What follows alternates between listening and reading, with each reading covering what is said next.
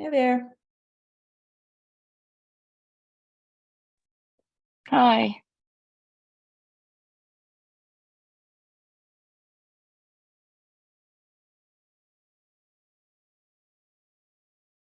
Lee is not going to be with us, I don't think, tonight. She's at a conference in Virginia speaking, so I think she was going to try to hop on for a minute, but I don't think she's able to.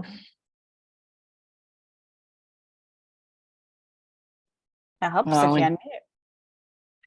and she was saying this was her favorite book too. I know. I know. It's very sad. She's traveling.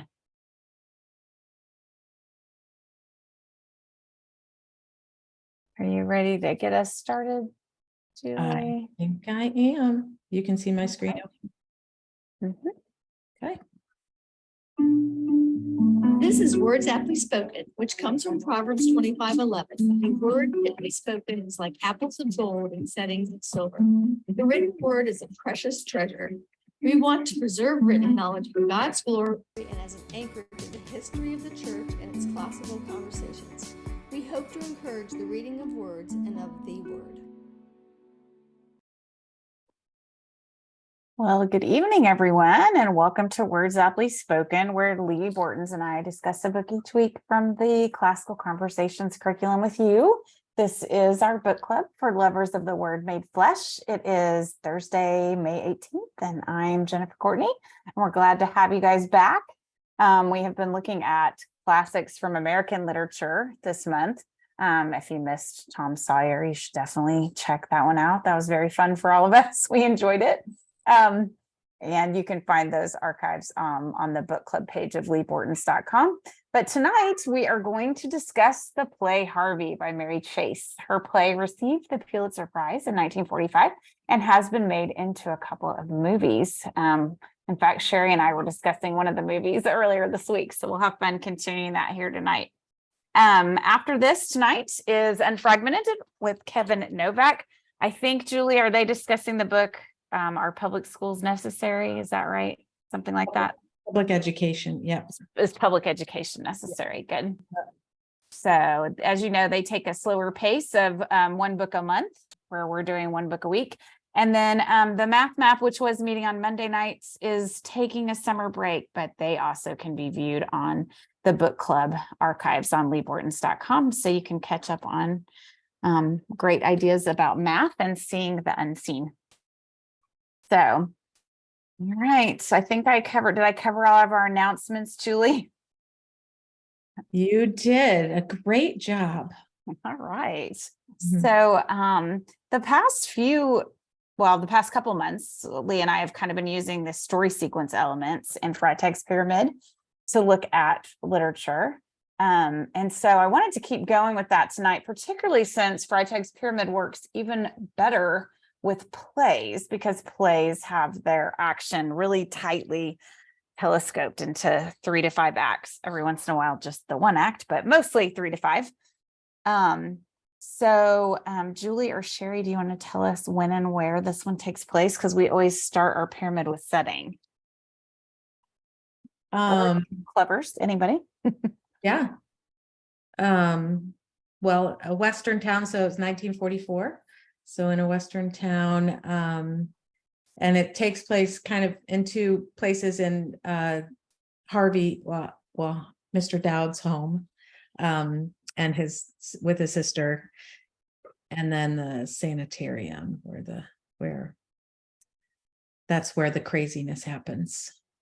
Yeah, it's kind of fun to have a play after. So, we've done like Little Britches, which had, of course, wide open setting where we were all over the state of Colorado and out in the big ranches. And then you get to a play and you usually have, a couple of rooms. So it's kind of fun to think about as a writer what you can do with just that smaller space. Mm-hmm. So, so now that we've captured sort of when and where, so the 40s and somewhere out west. I always love that. It's like this vague Western, out west. Yes. That's a big place, the West. Mm-hmm. So who are some of the characters? Tell us about them. Well, of course, you have Elwood. So he's kind of the main guy. And it's funny, I cannot talk about him without seeing Jimmy Stewart. I know. Right. Even when my kids read the play in class, it was Jimmy Stewart's face. But yeah, so and of course Harvey. Those were the two. Yeah, Well, those are two main guys. And it is hard to separate Elwood from Jimmy Stewart. If you've seen the movie, he's a good Elwood. He is a good Elwood. Were you going to say something, Sherry? Yeah, I was gonna say, I remember also his sister and his niece lived with him. And then there were the doctors at the sanatorium, right? Yeah. Dr. Sanders and Dr. Chumley, they played a big part in it too. Yeah. And then you've got Wilson, who's sort of the security guard, strong yeah. arm, the strong arm guy who gets the patients into the sanitarium. Yes. And so some The fun white characters. slaver. Yes, I know. She must have called him a white slaver 10 times. Yeah. Well, and it was interesting. I'm getting ahead of myself, but all the boys wanted to be that guy. Really? Oh, I Reading wonder the- why. Because they like acted it out, and so they would actually kind of choke hold, and yeah, it got out of hand pretty quick. But, Did you have a lot of boys in that class that year by chance? no, it was split. It was like 6 and 6, but it was a Okay. full class. So Oh, yeah. yeah, So you probably actually had more students than you had parts to give out. we did. Yeah, so we had to split. So we had to split like halfway through. They kind of switched. Did you guys read this in class? They did. Yeah, you read it aloud in challenge 2. That's the assignment, is to read it out loud like a radio drama version. Mhm. Well, we read it this year in challenge 1. Yes. I mean, you didn't act. No, we didn't act it out. Mm. No. Well, that not that my kids told me that they acted it out. I thought they just read it ahead of time, and nobody said anything, because usually they would come home and tell me who was doing what. I don't know if that's Um, typically in the guide to act it out. That might have been like a director kind of. Mm, It used to just be read it aloud. It didn't always mean that there was acting. And I've had classes that, got super into it and tried to find props quickly around the church as Yeah. they read. That's not really the assignment. The assignment is just to read it aloud. But yeah. but sometimes you have communities that super get into it. So Yeah, they super got Yeah. it. Yeah, I could see how they could get into it, because there's a lot of good stuff going on in there. I would have loved to have played Veta. I know. I was just thinking that, Michelle, that she's and in the movie, she's always in hysterics. I mean, she's just she'd be a fun Yeah. one. Yeah. I haven't seen the movie in years, but the guy who I did listen to it today on audio, and the guy who was reading it, he actually imitated Jimmy Stewart. Oh, that's funny. Yeah, that you is could. Yeah, you could tell that he was channeling Jimmy. So that was kind of funny too. But yeah, as I was listening to Veta and all of her sort of almost vapors. Yes, I know. You can definitely my picture goodness. her. Yeah, yeah. It's Um, interesting when I did some research in the last week or so that a lot of community theaters still perform this play, and a lot of high schools, which it surprised me a little bit. I thought maybe it had fallen out of fashion, but it still has a life on the small stage, I guess you would say. So that's pretty neat to see. Yeah. Well, it was one of the neatest things about it. So I do remember they read through it first, and it was the first time that several of them had ever read a play in that format. And I think that's why they actually did it again, because they got so excited about it. They're like, let's act it out. And so yes, they did go find, like, I just remember a lot of doilies. They like laid doilies everywhere to make this house.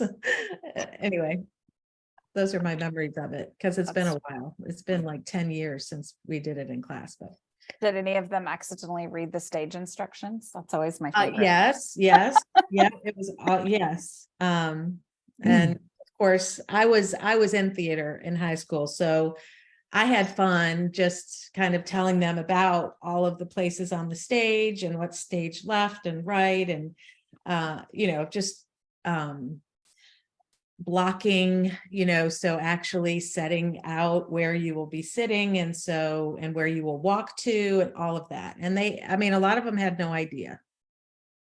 My son included, who I never really talked about plays. So it was very fun.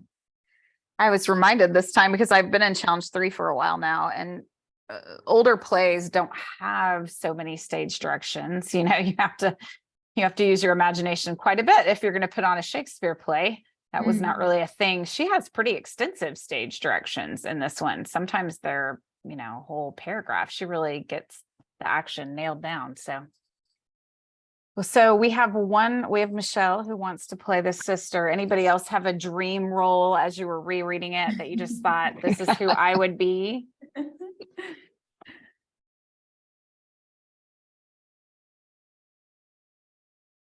Did you have a thought, Sherry? Do you have a favorite character that you would want to be? Doesn't have to be your same gender. You can. Oh, no, that's fun. I don't, I think it would be, it would be fun to be Elwood and just be easygoing and not care about what others thought. Yeah. And just to be courteous. He's so courteous. Gentleman. Yeah.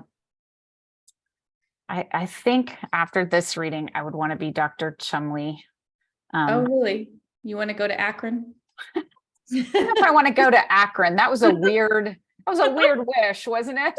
Yeah, I thought that too. Growing up in Ohio, I'm like, why? Of all the places, why there?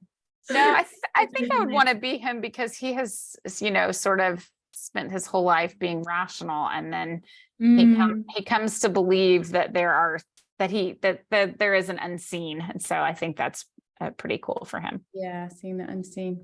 Yeah, that's good. So, anybody else character that you would want to be? Any other takers? Secret longing dramatists? Okay, we can always put it in the chat for Julie if you want to. So we've been developing this idea that a story is about a character who wants something and overcomes obstacles to get it. So who do you guys think is the main character in this? And what does he or she want? And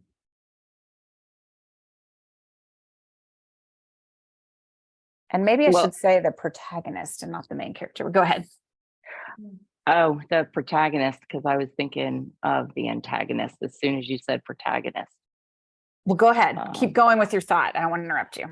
Oh, so I was just thinking Veta. I mean, she wants Harvey out of the house. Or not Harvey. She wants Elwood out of the house. She wants the house in her name, and she wants to be in society. And she can't be that as long as Elwood is quote unquote free. And that wascally little wabbit is running around or running around. If I want to keep up my alliteration. But yeah, I was thinking Veta based on your question. No, I think that's a great answer. She definitely has something she wants, and she's definitely having obstacles getting it. So what kinds of obstacles does she have getting him out of the house? What's her first obstacle? Well, she's got a couple of them. So what's she doing? Let's go back to our rising action. What is she doing at the opening of the play? Because I think that tells us about her character and what she wants. Does anyone remember the first scene with her? She was entertaining. Yep. What was it, high society women to see if she could get Myrtle May, connect Myrtle May with somebody, a son of one of those women. Yeah. before there was christianmingle.com, there was Yes, Right. there was the society party. she was playing matchmaker. Yes. Yeah. Yeah. So, yeah. So her first problem is when he comes home in the middle of the party, they're both praying that he doesn't do that. And of course he does, and He starts does. talking to people. And he doesn't just talk to them, he tells them about Harvey. So Mhm. that's a problem. What other obstacles does she face? Can you think of another time that she's stymied? When she's Well, committed. Yeah, she gets committed instead of her brother. Yeah. That's such a great scene, isn't it? You want to tell us more about it, Julie? Oh, I couldn't think of specifics. I totally am seeing the girls act this lady out. In that particular, I can't remember specifics, but it's just hilarious. Doesn't she allude to seeing Harvey? He does. Yeah, that she had seen him, and that's what causes Dr. Sanderson to commit her, right? Like, oops, Yeah. we made a mistake. She's very confusing in her story too. Yeah. The first time I read the play years ago, I thought, oh, this would never happen. But then when you really pay attention to what she says, she's not really telling a linear story that will help Dr. Sanderson understand what's wrong with Elwood. She's really, really scattered. And then at the end of her scattered tale, she says, oh yeah, don't tell anyone, but sometimes I see Harvey too. So it's no wonder that she ends up being the one to get committed instead of him. So did your boys that played Wilson drag her off? Yes. Yeah, I figured. They did. So they did the whole, it was almost like so they kind of threw in Three Stooges type things. So they I vividly remembered it was two. So there was two, picked her up and she was doing her feet. It was a total I Love Lucy, slapstick, Three Stooges, all of that. It was an exciting play. That seems pretty fitting. It's got that whole, 1940s screwball comedy feel to it. So I think that was what they did feels right. Yes. Yes. Good. In many ways, this reminds me of Arsenic and Old Lace. Mhm. The slapstick that happens in that play, and the miscommunication and misunderstanding of what's going on. So they read that one too, right? We read Yes. that. Is it before or after this? Oh, I can't remember the order. I don't remember either. Because maybe I'm getting the two confused, because didn't Arsenic, so that was a lot of doilies. That's why they would have gotten the doilies. Oh yeah, that probably makes more sense for the It does doilies. make You're, more I you're right. thought that when you said that, Julie, I thought, well, that sounds like Arsenic and Old Lace. Those. Yes. Yeah. I might be getting them confused. So zip for me. No, same time era. It could apply to both. It could. I'm sure there was doilies and It is interesting how many those screwball comedies came out. And if you think about just the darkness of those years of World War II, there would just be that longing for some comic relief. So it makes sense.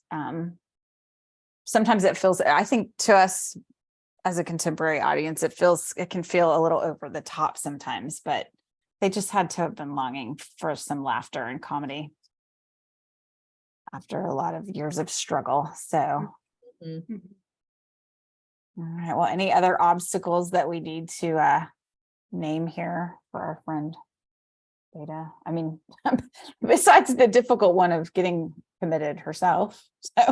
So she does get out, right?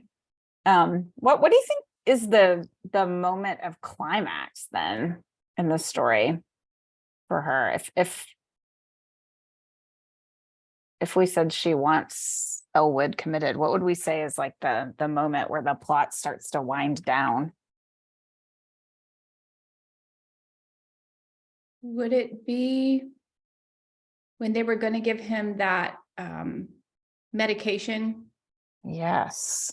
and then she goes and talks to the cab driver and realizes maybe I shouldn't give him that medication? Yeah. What was it? Was it formula 977 or 477? I'm going to get the numbers wrong. Some kind of formula with a number. Mhm. Yeah, so they're going to give him this shot to make him a quote normal person, which is kind of one of the themes that runs through the play, is the difference between normalcy and insanity. So I thought it was interesting on this reading that she's talked out of it by the cab driver. Because he's not the only cab driver in literary memory that is the voice of reason. The cab driver in The Magician's Nephew by C.S. Lewis is also the voice of reason. So I thought that was an interesting point of comparison, that these two down-to-earth, humble guys are really the ones that know, they're the ones that know what's the real meaning of life and what a good decision looks like.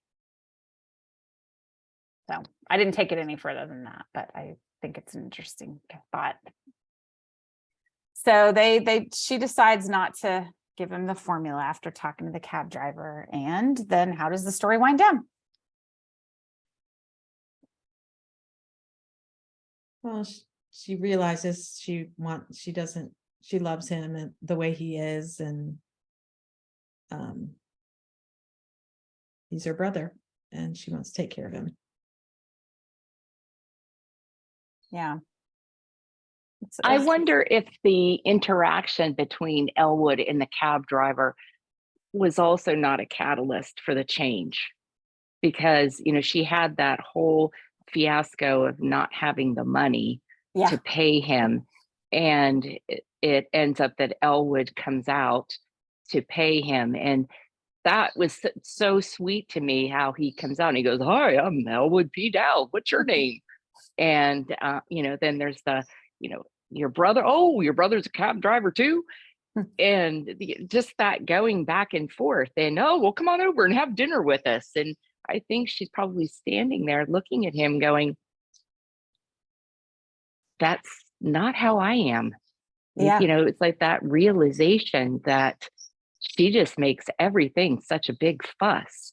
And then she sees Elwood and it's like, okay, so he has an imaginary friend, Harvey, who is 6 feet, maybe 6.5 feet. But yeah, I sort of thought it was a little bit of the both, just the normalness of the cab driver and then the way Elwood interacted with the cab driver. Yeah, and his character is consistent in that all the way through. He always greets people politely, hands them his card, and almost always invites them out for dinner or a drink.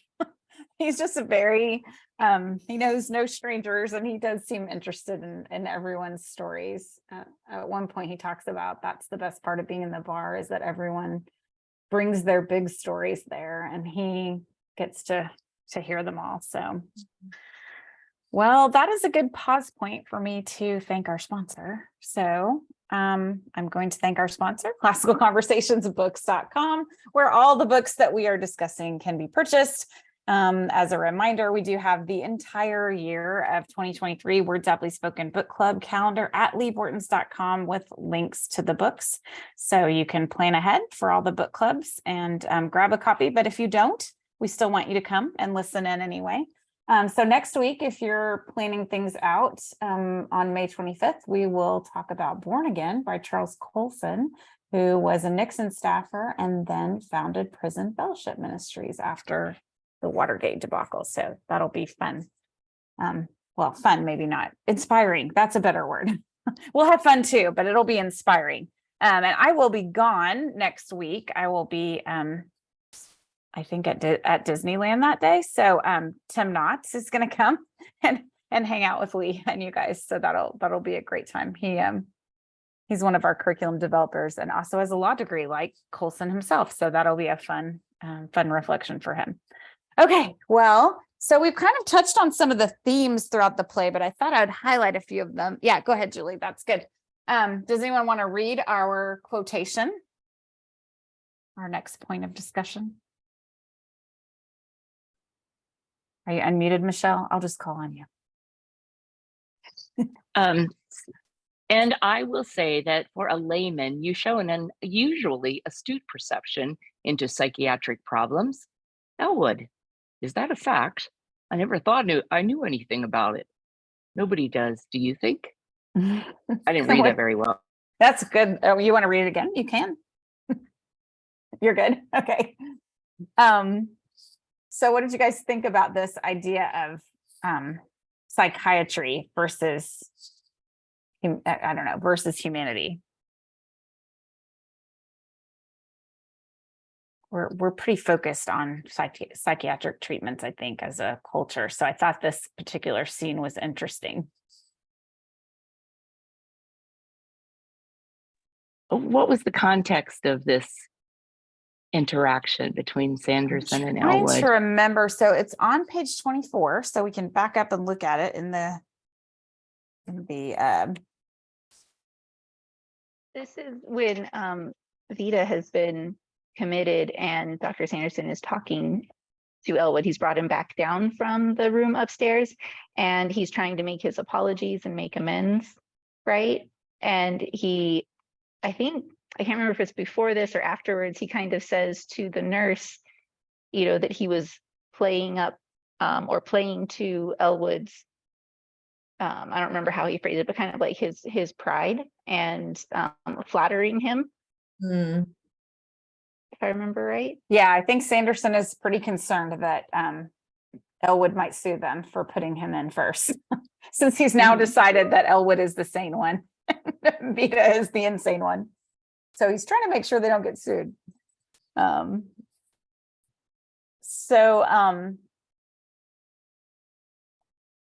had a question, I just lost it.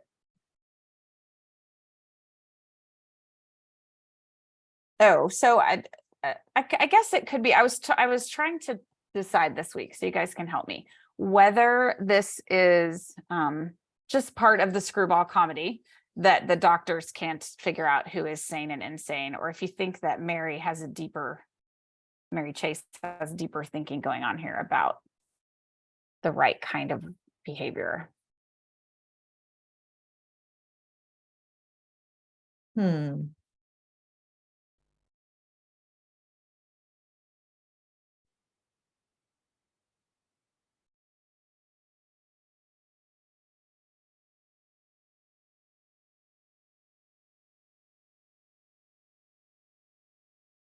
We don't have to be right, because I don't know the answer to the questions. We can. Hmm. It would seem to me she had deeper. I mean, throughout the whole play, it seems to me that it was Elwood so contrasted everyone around him and accepting other people when other people were worried about what others thought, and what it means to be human.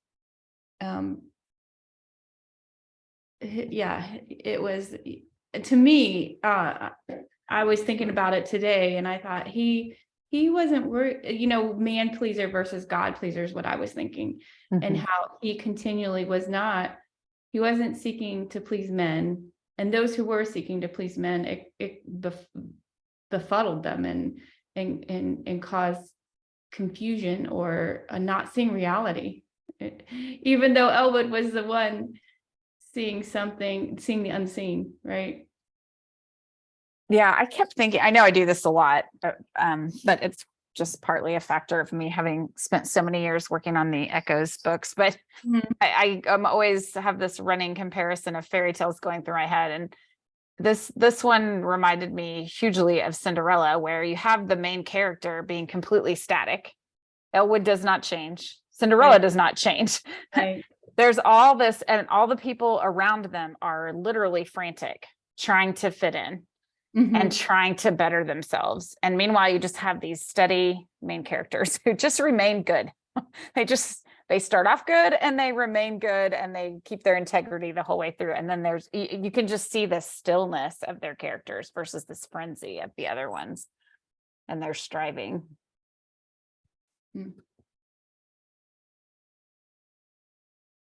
Okay, well, I talked about the next one. You guys can back up to that one if you have further thoughts as we keep going, but I wanted to look at a quotation from page 54, which is, Sherry, do you want to read it while I'm finding my place? Sure. Harvey and I warm ourselves in all these golden moments. We have entered as strangers. Soon we have friends. Yeah, and then he goes on, and they're all these very short sentences. They come over, they sit with us, they drink with us, They talk to us. They tell us about the big, terrible things they have done, the big, wonderful things they will do, their hopes, their regrets, their loves, their hates, all very large because nobody ever brings anything small into a bar. Then I introduce them to Harvey, and he is bigger and grander than anything they offer me. When they leave impressed. The same people seldom come back, but that's envy, my dear. There's a little bit of envy in the best of us. Too bad, isn't it? So he's talking to Kelly. She's asked him what he does, and he basically answers, I sit in bars and talk to people. Mm-hmm. So what did you guys think about that sort of theme of friendship that's running through it?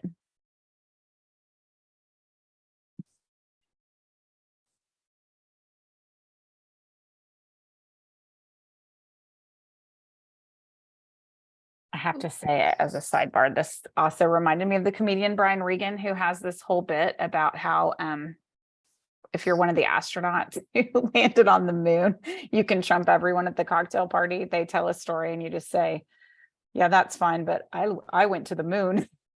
I just kept hearing his voice in my head. Yeah, but I went to the moon. So sorry, that was a sidebar. Thoughts about friendship in the play?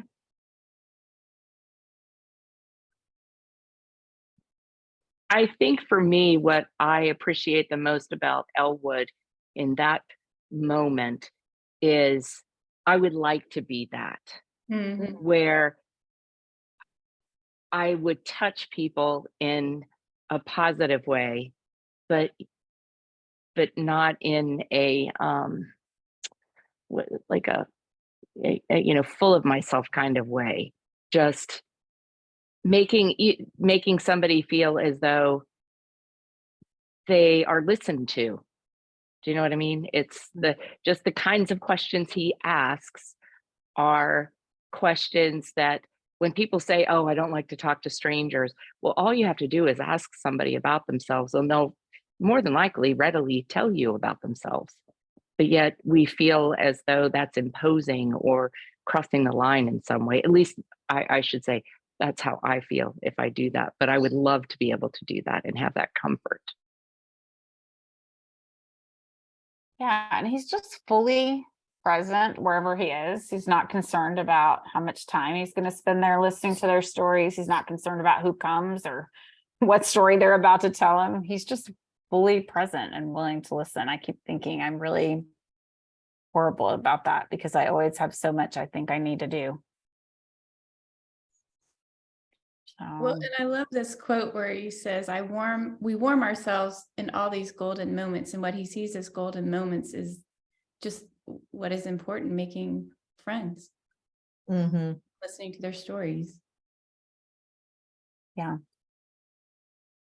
I think that might be why I want to be Dr. Chumley too, because prior to the end of the play, I think he's very lonely. He's this eminent psychiatrist, but he's completely isolated, literally physically back in his office where he doesn't even see the patients anymore because he's too famous to do that. And so I think, spoiler alert, I'm assuming we've all read it, but I don't know that all of our listeners have, but just the fact that he then sees Harvey, he was in need of a friend. So.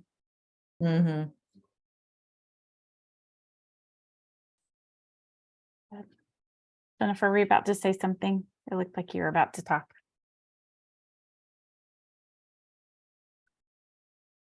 Well, so and then thinking about this one, I really liked this quote that you have written out for us here, but then as you read kind of the larger context, I remember, so I kind of struggled with this play a little bit and really trying to understand where it was coming from, you know, because on the one hand, he is saying how, you know, he and Harvey have this great time at the bars where, you know, people tell him, you know, the big things that they've done and the big things they're going to do. And, you know, the big terrible things and the big good things and all this. And he's like, and then I tell them about Harvey. And he speaks of it in such a positive way, like these are wonderful, positive interactions where he shares about Harvey. And on the one hand, I'm reading it kind of thinking like, okay, well, I guess, you know, if Harvey is, and I guess I don't know if Harvey's supposed to be visible to these other bar goers or not. I can't really tell, but, you know, if he is invisible, then on the one hand, you kind of think, okay, well, I guess that makes sense in a bar where everyone's been drinking, that they take favorably to this, invisible rabbit. But then on the other hand, he follows that right up by saying, nobody ever comes back. So then you're kind of wondering, like, well, wait a minute, did they take favorably to it? And so I feel some tension there, wondering like what exactly our takeaway is. And I feel that in a lot of other areas, I felt like in the play also, because I hear what you're saying about Dr. Chumley, that he seems isolated and he seems kind of lonely and he seems like he's really longing for something. But then at the same time, he seems to pull away from his wife quite a bit and really seek companionship with other ladies. So I feel conflicted about his character as well. Like is this loneliness, somewhat self-inflicted? I don't know how much compassion I have for him in his loneliness. He may have So created his own isolation. I feel like I need to read this a few more times and maybe let it wash over me a few more times. Well, I can say the point in time when our kids read this, it's very pertinent. Every piece of literature is so well thought out to bring to our kids' attention. So this is tackling what it means to be a Christian in an anti-Christian world. Like if you're going to look at Harvey, at Elwood as you are who you are, no matter what, no matter if people think you're crazy. And so we brought it back to, what is this like being a teenager in a world where being a Christian is not popular. And in fact, you're laughed at and called silly and called crazy. You believe in this invisible God. And there are some powerful things that if you have a chatty class, they will bring all of those pieces of just this through, reading this through a biblical lens. This really can take on shape and really encourage those kids who are lonely, who in our CC world, they're in classes with most kids that agree with what they are, but it is preparing them for, I can say this was a funny play, but it also had very serious and very powerful things that they could draw to themselves and gain strength from being the only one in a situation where they should be the only one. Yeah, that's a good point, Julie. And I think too, we, C.S. Lewis has that quote in The Abolition of Man, where he says that the task of the modern educator is not to cut down jungles, but to irrigate deserts. And one of the things about that section of Abolition of Man that he's talking about is that, our Christian kids are, their lives are dry and desert-like, just like any other secular materialist. And so one of the things that happens when we read fairy tales or we read something like Harvey is that it reminds us that we are supposed to see the unseen because it is there, and that's part of our faith. And it's really easy for us to slip into thinking that the material world is all there is, and that and then our souls get dry too. And so I think that, I think these kinds of stories and plays remind us of that invisible realm. Mm-hmm. So, Well, and I would say, Jennifer, when you were talking earlier about the cab driver, I did think it was interesting that his character came in, and in such a short time played such kind of it almost seemed like a pivotal role. I hadn't thought about comparing him to other cab drivers in literature, but when you did, what it reminded me of is, I think the reason that the cab driver is an interesting character to play a role like that is because, we don't think of them, especially highly in the hierarchy of careers. We don't elevate them like we would, doctors or lawyers or something like that. We think of them sort of lowly or poor. And, that reminded me where in the Bible, we read that it's easier for a camel to go through the eye of a needle than for a rich man to come into heaven. And then when you were saying, that it's interesting that then he's the one that sees life for the way that it is, where all of the people around him who are the haves, where he's maybe the have not, don't see that. It just seems to parallel that that truth. So I can definitely see through our discussion some more of the themes that come out there. Yeah, I think you're right. I think that that attempt, especially by C.S. Lewis and The Magician's Nephew, is to turn our ideas of the hierarchy on its head. So that he does remind us of the humility and lowliness and childlikeness that Christ calls us to. And so that's why the cabbie becomes the first king of Narnia, is because he has the right position and attitude toward the Lord and toward faith itself. So yeah. So you helped me put that comparison in better perspective. So thanks. That was good. Good. Well, we can probably, I think the next quote will kind of keep us going in the same vein. I love this. It's on page 64, if you have your copy there. And it says, Dr. Chumley, my mother used to say to me, in this world, Elwood, she always called me Elwood. She'd say, in this world, Elwood, you must be oh so smart or oh so pleasant. For years I was smart. I recommend pleasant.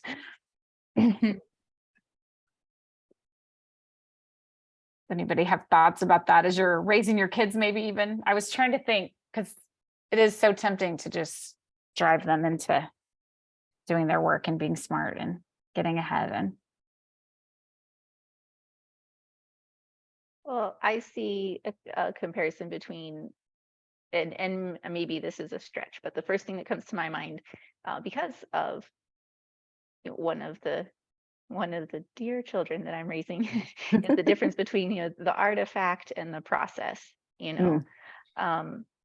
The artifact comes very easily to one of mine, and that process and the consideration of others in the process is a little bit harder. But I think I see a lot of parents even struggle with this, especially as we come to bigger things like or bigger events like our Faces of History or Science Fair or mock trial. The focus, and even just in our society, that drive is to be smart and to be ahead and to not be behind. And I think we hear families ask very often, well, do I really need to go through this third year of essentials? My kid knows all this stuff, and that's the smart. yeah, And I think then that's a time to choose to focus on the pleasant. Do we, not even only our students, but do we know how to be pleasant? yeah. That's good. I think about that a lot when I have, I've been tutoring challenge a long time, and sometimes families feel like at some point they need, they would prefer their kids to be with kids that are exactly like them if their kid is driven.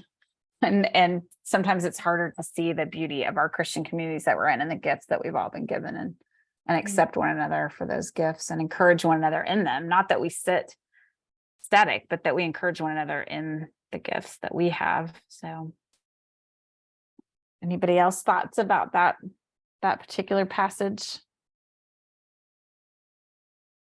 I find it interesting though, he chose to be smart and then he recommended pleasant. That didn't mean he wasn't smart anymore. He just chose to be not prideful and humble.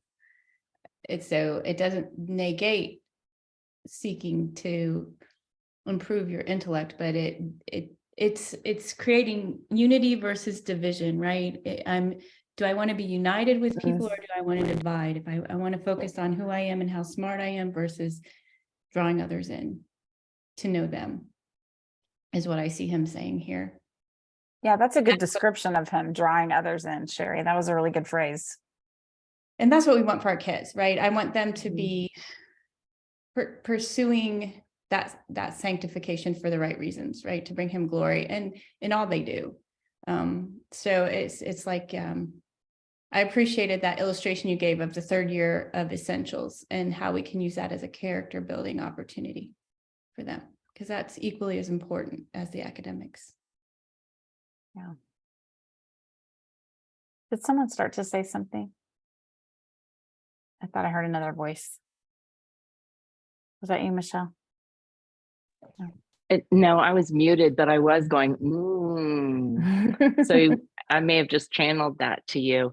I am thoroughly enjoying this conversation because you all are bringing things out that I'm reading this and I'm going, okay, I know there's more to this, but I'm not making those connections. And thinking of Harvey as a God, not that he's a God figure, but that God is invisible, but yet he's there.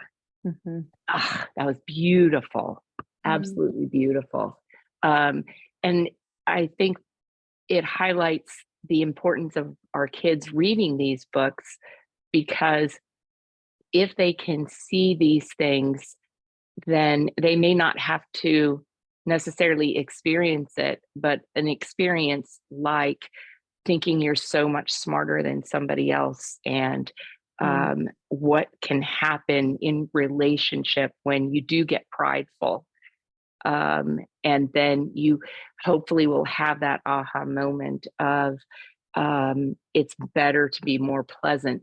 You don't want to lose what your knowledge is, but you can do a whole lot more with your knowledge when you are pleasant instead of prideful. Yeah. And that's ultimately when we talk about redemption of characters, I think that is what Vita learns, is that it's better to be drawn into her family and to be loving than it is for her to get ahead. She gets her priorities in order by the end. So I cannot believe this, but we are out of time. So we have to put up our last quotation. Oh, Michelle, I also wanted to encourage you. The first time I read this play, Lee and I got into quite an argument about it because I was like, I don't know what that was. That was light and fluffy and weird. I think weird was the adjective I used. And she kept saying, no, this is my favorite. And I was like, I don't know. So this reading through, which is probably my sixth one, is the one where I enjoyed it the most. So well, I'll just read our closing quote and then we'll gather again next week. And this is from Dr. Chumley as he's seeing Harvey. Fly specks. I've been spending my life among fly specks while miracles have been leaning on lampposts on 18th and Fairfax. And that's from page 59 if you want to find it in your copy. I think sometimes our modern life is all about finding fly specks that we think is the real thing. And it's not the real thing. So, all right. Well, thanks you guys. I thoroughly enjoyed this conversation too. It was so great. So See you all next week. see you next week. Thanks, guys.